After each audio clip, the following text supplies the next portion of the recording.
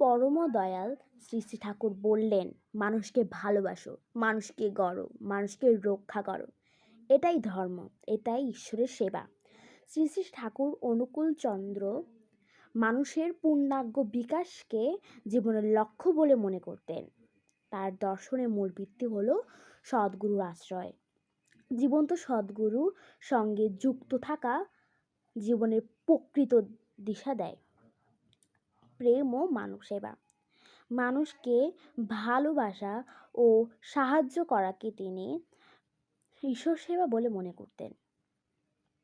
সত্য ও ন্যায়। প্রতিটি কাজে সত্য ও ন্যায়কে আঁকড়ে ধরা। পরিবারতন্ত্র।